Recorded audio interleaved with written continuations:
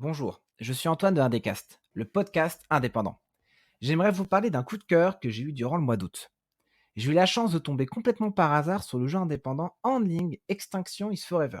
Même si c'est un jeu vidéo, j'aurais tendance à dire qu'il s'agit presque d'une expérience interactive.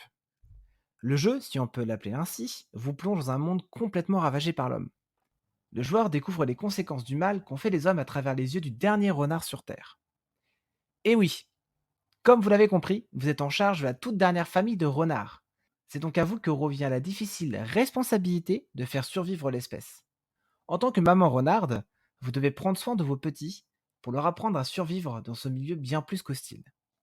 Pour cela, il vous faudra explorer le monde en poussant chaque nuit de plus en plus loin pour découvrir toutes les opportunités encore présentes dans cet environnement plus que dévasté, chasser d'autres animaux pour nourrir vos petits et éviter de devenir une proie à votre tour, trouver de nouvelles tanières pour être à l'abri des menaces naturelles et non naturelles.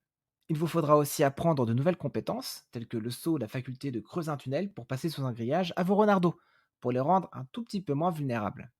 Doté d'une patte graphique et d'une ambiance exceptionnelle, Handling Extinction is Forever arrive à vous faire ressentir de vraies émotions. Tenez, je vous donne un exemple.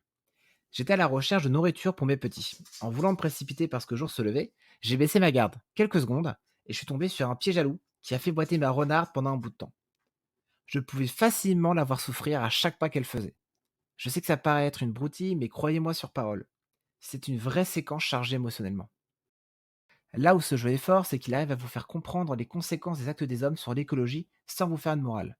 Vous tombez dans des pièges, avec de moins en moins de nourriture, et être chassé pour votre fourrure, tout ça pour le profit.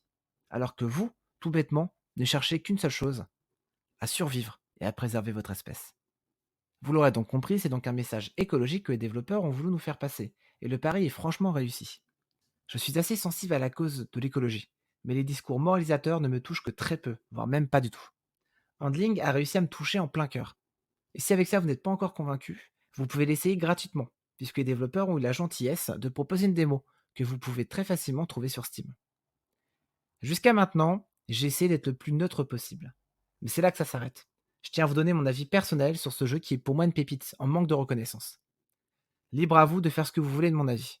Handling Extinction is Forever mérite réellement que l'on prenne le temps de s'y attarder. Le jeu est magnifique, terriblement touchant et très bien pensé. J'avoue que je me suis quelquefois arrêté en plein jeu juste pour prendre le temps d'observer tous les petits détails du jeu.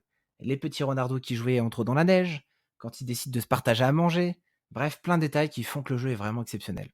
Je me suis également surpris à être vraiment inquiet pour eux quand je n'avais pas trouvé de la nourriture. En voyant leur barre de faim qui montait peu à peu, je me disais vite, vite, il faut absolument que je trouve de quoi manger, même des poubelles s'il le faut. Vous l'aurez compris, la panique commença à s'emparer de moi. Et pour aller même encore plus loin, quand je vais faire les poubelles pour éviter que mes petits meurent de faim, je me sentais presque coupable de leur donner des restes. Le temps d'une simple aventure, un lien va se créer et c'est ce qui rend le jeu unique en son genre. Croyez-moi, je présente des jeux indépendants sur ma chaîne YouTube depuis maintenant plus de 3 ans. Et je peux vous assurer que c'est extrêmement rare de ressentir ce genre d'émotion au travers d'un jeu. Handling arrive à vous faire ressentir de vraies émotions. Je dirais qu'au final, c'est presque son plus gros point fort. Merci beaucoup d'avoir écouté mon coup de cœur indépendant.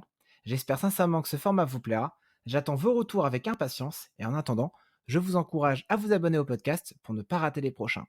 C'était Antoine de l'Indécast. À bientôt.